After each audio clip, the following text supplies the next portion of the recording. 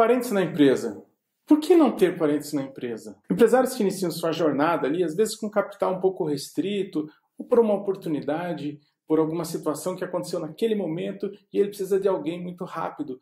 E dentro desse alguém, o que ele pensa? Eu preciso de alguém que seja confiável, que me apoie nas decisões, que seja que meio que faz tudo, que eu possa deixar uma parte com ele, que ele não ligue muito de trabalhar depois do horário, que me apoie, que eu tenha confiança para largar as coisas ou deixar as coisas ali que eu estou fazendo junto com ele.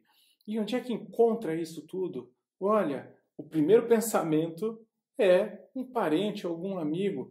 É onde o teu network alcança, é ali que ele vai contratar esse profissional. Muitas vezes é o primeiro funcionário da empresa.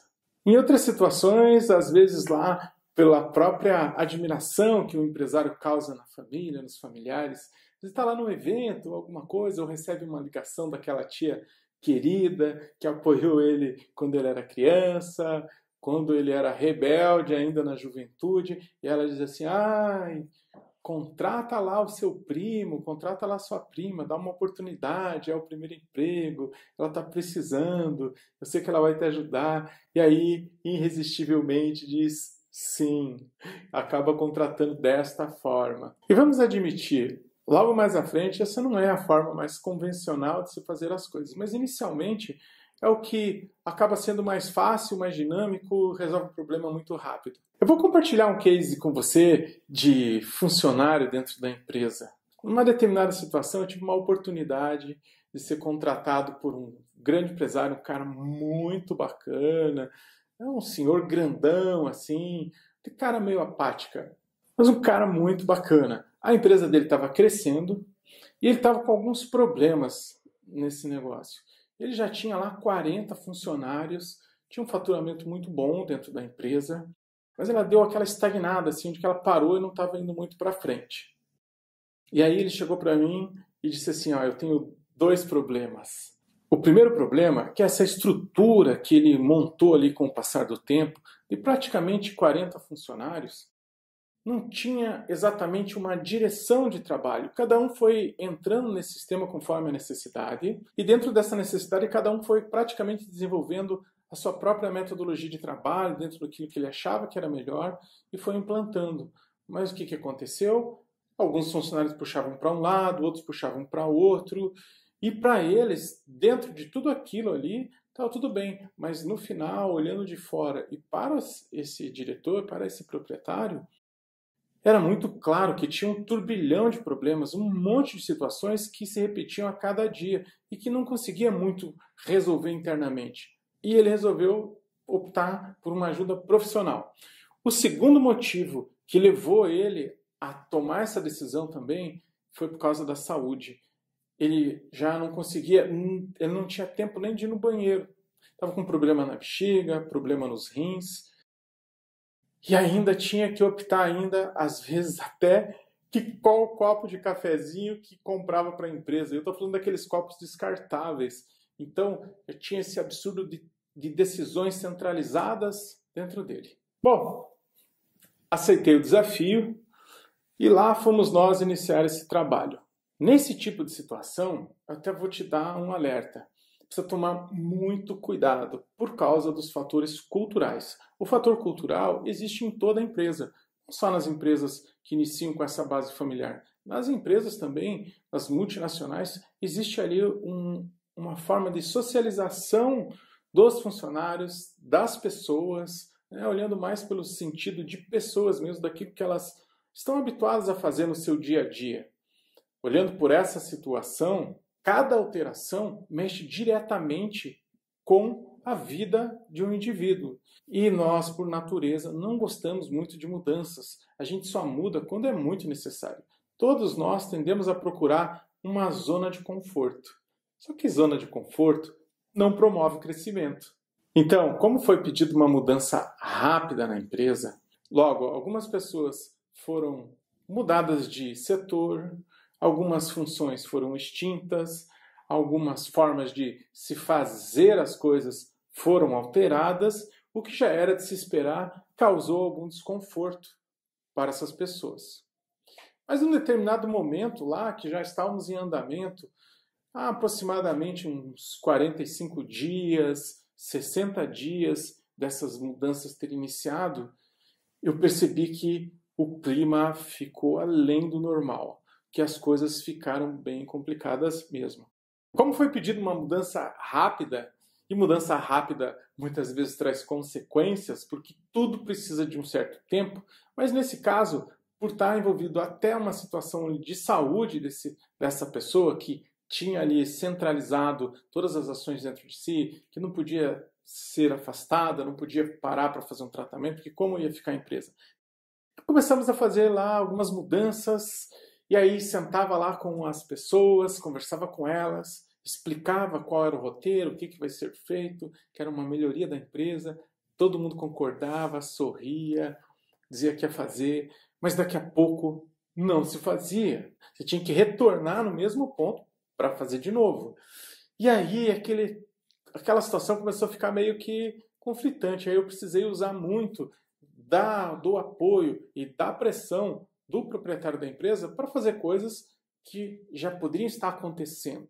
Mas, num determinado momento, a coisa ficou muito, muito estranha. Eu não estava entendendo o porquê que ficou tão difícil colocar situações onde ninguém falava nada, todo mundo concordava e não saía do lugar. E de repente foi como uma nuvem negra, ficou aquele clima bem tenso no local, um negócio muito estressante e muito murmurinho, muita gente conversando pelos cantos, eu comecei a perceber isso. E aí eu fui lá conversar com o contador da empresa. A empresa tinha um contador internamente, que era amigo do dono da empresa. Tudo bem. Fui lá falar com ele e falei assim, pô, você percebeu alguma coisa? Foi a pessoa que eu achei ali que já tinha uma formação melhor, que podia explicar melhor, que teoricamente tinha entendido que as mudanças trariam uma condição melhor de operação para a empresa. Todo o planejamento foi explicado para todos, né? E aí ele me falou o seguinte, ele falou, olha, acho que o problema foi porque você mandou o sobrinho do dono embora. Eu falei, o quê? Lembra aquele fulano lá e tal, era sobrinho, ele era ainda afilhado do dono da empresa, e você demitiu ele. Eu falei, poxa vida, eu não olhei por esse lado, né? Nem deveria, porque eu estou fazendo a coisa de maneira profissional, mas mesmo assim. E aí o que eu fiz? E aí eu comecei a pensar naquela situação, falei, mas tem alguma coisa de diferente ainda. Peguei o organograma que eu tinha feito para a empresa, coloquei os nomes das pessoas ali que faziam parte daquela hierarquia, tudo, e fui lá falar com esse contador. Aí fui lá, sentei com ele, mostrei para ele aquele organograma já com nomes e disse o seguinte, falei, olha, será que você pode me explicar aqui se tem mais alguma relação aqui entre essas pessoas? Porque realmente, fora do horário de trabalho, tinha ali uma ligação meio que estranha. E aí, gente, ele começou a listar. Falou, olha, esse daqui, eu sabia que tinha a esposa do proprietário lá, mas não sabia que tinha um irmão, o primo. E aí, aquele meu organograma, que era uma pirâmide, parecia uma árvore genealógica. Tava tudo ligado. O único estranho, a única pessoa diferente, o único ser de fora daquele lugar era eu. Nossa! Tive um impacto com relação a isso. E aí eu comecei a entender muita coisa que estava acontecendo ali dentro. Para o proprietário, para essa pessoa que me contratou, esse cara bem bacana, ele não conseguia entender isso. Mas tudo aquilo estava travando as alterações, as mudanças que eu queria fazer dentro da empresa. Mas enfim, o trabalho exigiu muito esforço. A partir daí, teve que ser mais drástico com algumas alterações, refinar uma conversa ali com o proprietário. Levou mais tempo ainda do que esperado para se implantar, maior custo financeiro, maior impacto. Para destravar essa empresa, muitos cortes foram realizados. Ela era uma empresa que naquele momento ela faturava 1,5 milhão. Um ano depois, quando tudo isso se transformou, ela passou de um faturamento de 1,5 milhão para 4 milhões mês. E todo mundo ia embora 10 para as 6. Quando tocava lá, estava todo mundo já indo para casa. Não tinha nada de trabalho depois do horário, nem final de semana. E o número das pessoas não alterou muito. Foi basicamente aquela mesma quantidade de pessoas ali que já tinha. Então foi enxugado, alguns funcionários foram contratados a mais para trabalhar na área de distribuição, que praticamente foi o que teve o crescimento, né, na área de estoques. Há pouco tempo atrás, soube que essa mesma empresa está faturando aí na faixa de 16 milhões mês. Falar sobre esse assunto não é de forma alguma com o intuito de atacar algum trabalhador que está ali fazendo o seu melhor e que está nessa situação, se encaixa nessa situação só porque é amigo ou parente do proprietário. Não é nada disso. Tem muitos funcionários que são parentes, que são muito bons. Inclusive, as empresas devem procurar realmente para ser o sucessor da empresa, quando o proprietário, quanto aquele que criou, for se aposentar, é natural que ele escolha um filho, uma filha, por ter essa ligação. Mas o que é necessário é que seja analisado a parte profissional, a parte das competências de cada um. Caso contrário, a empresa pode deixar de existir. Pode ser que seja imposto para uma pessoa e aí ela nem está feliz por estar ali. Isso precisa ser levado em consideração. Com certeza, muitas pessoas podem achar que isso não tem nada a ver com a empresa delas, que está bom do jeito que está. Realmente é muito difícil de se perceber esse tipo de situação. Quando você percebe, ela já está difícil de contornar. E se a empresa está num determinado porte, faz muita diferença.